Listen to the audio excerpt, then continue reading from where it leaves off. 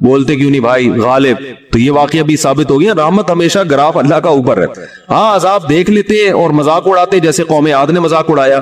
فلما رأوا عارضا مستقبل اودیتہم، جب انہوں نے بادلوں کو اپنی طرف آتے ہوئے دیکھا، پیغمبر بتا رہے کہ یہ عذاب ہے تو کہہ رہے ھذا عارض ممطرنا، کوئی عذاب نہیں ہے بھائی، بادل تو آتے ہیں برستے بھی ہیں، کوئی نارمل. وہ تو آخری دم تک ڈٹے ہوئے تھے.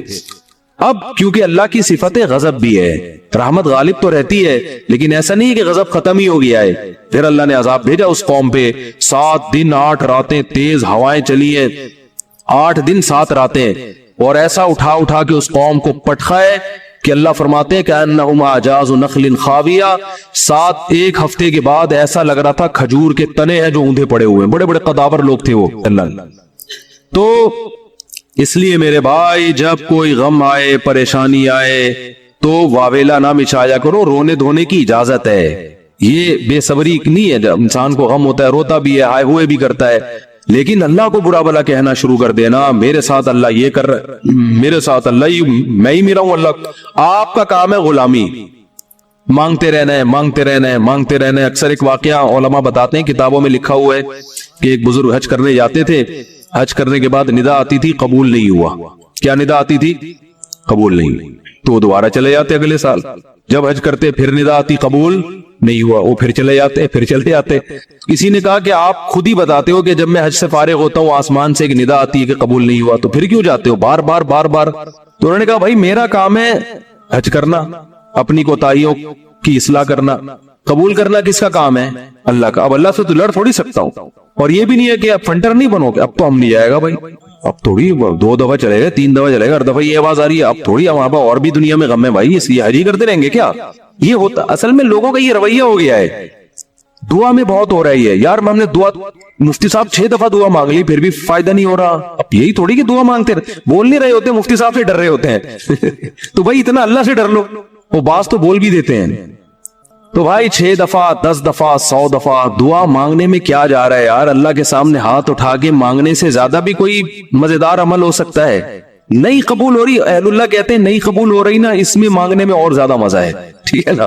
اس میں مانگنے میں یہ اللہ ایمان کا امتحان لے رہا ہے، تو ہم غیب پر ایمان کے دعوے دار ہیں. اللہ تو نہ قبول کر، ہم تو مانگتے رہیں گے، میں مزہ اسی میں آتا ہے. حضرت عمر رضی اللہ تعالی عنہ کا قول ہے کہ مجھے اس سے غرض نہیں ہے کہ میری دعا قبول ہو رہی ہے کہ نہیں ہو رہی، یہ تو میرا کام ہی نہیں ہے کہ یہ اللہ کی ذمہ داری ہے، یہ ہماری ٹینشن. یہ تو میں حضرت عمر کے الفاظ اپنی زبان میں بتا رہا ہوں، یہ ہماری ٹینشن ہے ہی نہیں، یہ تو اللہ کا کام ہے نا، قبول کرنا تو اس کا کام ہے. فرمایا مجھے اس کی فکر ہوتی ہے کہ دعا مانگنے کی توفیق مل رہی ہے کہ نہیں مل رہی. ایسا نہ ہو مایوسی اتنی پیدا ہو جائے کہ دعا مانگنے ہی کی توفیق چھن جائے. یہ ڈینجرس ہے، یہ خطرناک ہے کہ اللہ نے آپ کو اپنے در سے محروم کر دیا، ہاتھ اٹھانے کی توفیق سلب کر لی. اور آج لوگوں میں یہ نظر آتا ہے دعا مانگنے کی توفیق نہیں مل رہی، کیونکہ ان کی پوری نظر اسباب پہ ہوتی ہے، اللہ پہ نظر ختم. یہ بہت خطرناک ہے. دیکھو اسباب پہ نظر رکھو گے، ہو سکتا ہے اسباب اختیار کر کے کام تو ہو جائے، لیکن اللہ کی جب عدالت میں کیس لے کے جاؤ گے، فائل داخل کرو گے، وہاں سے جو کام جب منظور ہوگا نا، اس کام کی نوعیت میں اور آپ کے کام کی نوعیت میں زمین اور آسمان کا فرق ہوگا. جب اللہ کے سامنے کیس لے گئے، کام خراب بھی ہوگا تو بنے گا، اور جب اسباب پہ نظر رکھو گے بنے گا بھی تو ہو سکتا ہے اس میں خیر نہ ہو، یہ کوئی الٹا کام ہو رہا ہو. جس کام سے آپ نے اللہ کو نکال دیا اب اس میں خیر کی توقع نہ رکھے. آپ بیمار ہوئے، صرف دواؤں پر اکتفا کیا ہوا ہے آپ نے، اللہ سے دعائیں نہیں مانگتے اور ضرورت بھی محسوس نہیں کرتے کہ چھوڑو یار، جب میں آگمنٹن کھا رہا ہوں، جب میں یہ سیرپ پی رہا ہوں تو گورے بھی تو ٹھیک ہوتے ہیں نا بغیر دعا کے. کیا خیال ہے؟ جب وہ ٹھیک ہوتے ہیں تو مجھے دعا مانگنے کی کیا ضرورت ہے؟ تو عین ممکن ہے آپ ٹھیک ہو جاؤ. دوا اثر کرتی ہے، اللہ نے دنیا کو اسباب سے جوڑ دیا، لیکن یہ ٹھیک ہونا بھی آپ کے لیے نقصان کا ذریعہ بن سکتا ہے. اور آپ دعا مانگو دوا کے ساتھ، ہو سکتا ہے آپ ٹھیک نہ ہو، لیکن پھر ٹھیک نہ ہو کہ بھی اس میں اللہ کیا ڈال دے گا؟ بولو نا، خیر ڈالے گا. اللہ اس میں خیر ڈالے گا. جیسے یونس علیہ السلام کو مچھلی کے پیٹ میں اللہ نے داخل کیا ہے ان کے درجے کو اور بلند کرنے کے لیے. اگر یونس علیہ السلام کے ساتھ یہ مچھلی والا واقعہ نہ ہوتا تو شاید یونس علیہ السلام کا ذکر قرآن مجید میں نہ ہوتا. کیونکہ پیغمبر تو لاکھوں آئے ہیں نا، سب کا تذکرہ تھوڑی ہے. اور نبی صلی اللہ علیہ وسلم نے حضرت یونس کی فضیلت الگ سے بیان کی ہے، فرمایا لا تفضلونی علی یونس، مجھے یونس پر فضیلت مت دو۔ حالانکہ دیکھو یہ تو اجماعی عقیدہ ہے کہ ہمارے نبی تمام پیغمبروں سے افضل ہیں، لیکن کیا مطلب نام لے کے میرے مقابلے میں یونس کو نہ لے کر آؤ کہ میں ان سے زیادہ افضل ہوں۔ کیوں؟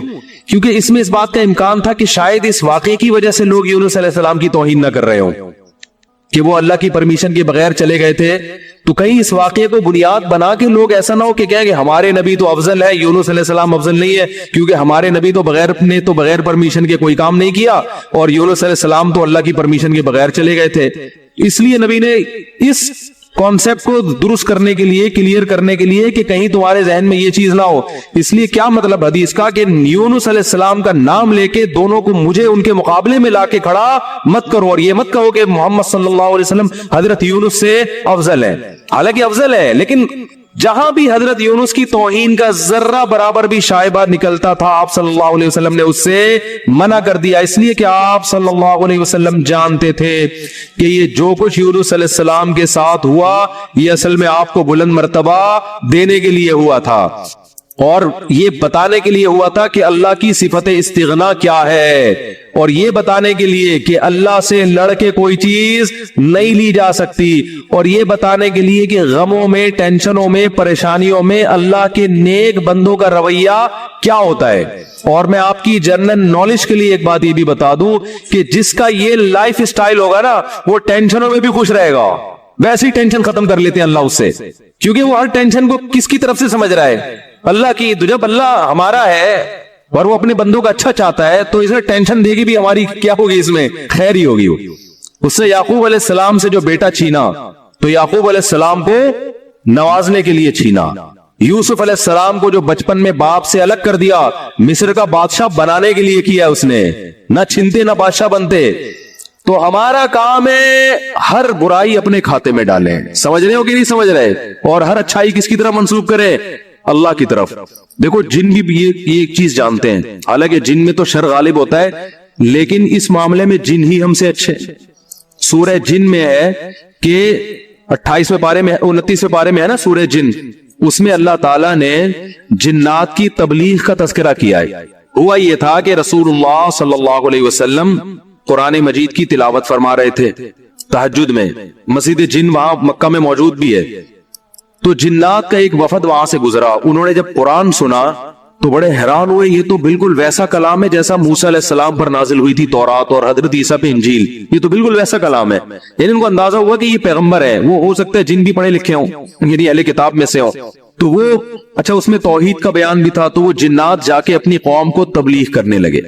اچھا پھر ایک اور واقعہ یہ ہوا تھا کہ جنات جب آسمانوں پہ جاتے تو شہاب ثاقب کے ذریعے ان کا آسمانوں پہ داخلہ بند کر دیا گیا، تو یہ خبر بھی جنات میں پھیل گئی کہ پہلے ہم جاتے تھے کچھ نہیں ہوتا تھا، اب جانا روک دیا جا رہا ہے۔ یہ جو شہاب ثاقب ہوتا ہے نا چنگاریاں، اس پہ سائنسدان اعتراض کرتے ہیں تو ویسی رگڑ لگنے سے وہ یعنی ستاروں کی ایک ٹکڑے، سیاروں کے ٹکڑے ٹوٹتے ہیں، رگڑ لگنے سے یہ ہوتا ہے، تو یہ کوئی اسلام کے منافی نہیں ہے۔ اللہ تعالیٰ کسی جن کو مار سکتے ہیں اس کے ذریعے، فرشتے کسی جن کو مار سکتے ہیں اس کے ذریعے، اور رگڑ بھی لگے اور وہ جل بھی جائے اور جن بھی مر جائے، تو اس میں کون سا کوئی وہ ہمیں جن تھوڑی نظر آ رہا ہے، ہمیں تو وہ شہاب ثاقب جاتا ہوا نظر آ رہا ہے۔ اور یہ بھی ضروری نہیں ہے کہ جب بھی شہاب ثاقب ٹوٹے تو کوئی جن ہی مر رہا ہو، اس سے اتفاقی حادثہ بھی ہو سکتا ہے۔ یہ تو اسلام نے یہ نہیں کہا کہ جب بھی آسمان پہ آپ کو رگڑتا ہوا ستارے کا ٹکڑا نظر آئے گا تو وہ جن ہی ہے جس کے پیچھے جا رہا ہے۔ وہ بعض دفعہ ایسے ہوتا ہے کہ جنات کا تعاقب ہوتا ہے اس کے ذریعے، تو یہ نبی کے دور میں ہوا، اور اس کی دلیل یہ ہے کہ جب قرآن کی آیتیں نازل ہوئی نا کہ جنات نے کہا کہ ہم جب جاتے ہیں تو شہاب ثاقب آتا ہے، تو اس پر کسی مشرک نے اعتراض نہیں کیا کہ یہ تو پہلے بھی آ رہے تھے، اب تھوڑی آ رہے ہیں، کوئی نیا واقعہ تھوڑی ہے، یہ تو پہلے بھی آ رہے ہیں۔ تو جنات نے یہ کہا کہ ہم نے دیکھا ہے کہ ہمارا اوپر داخلہ بھی کیا ہو گیا، منع ہو گیا، دنیا میں کوئی بڑا واقعہ ہوا تو واقعہ انہوں نے دیکھا کہ بھئی یہ قرآن نازل ہو رہا ہے اور یہ کوئی دنیا میں نیا مذہب آیا ہے اور یہ پیغمبر ہیں، تو انہوں نے جا کے اپنی قوم کو تبلیغ کی، جس کا سورہ جن میں تذکرہ ہے۔ تو تبلیغ میں انہوں نے یہ الفاظ کیے کہ وَأَنَّا لَمَسْنَا السَّمَاءَ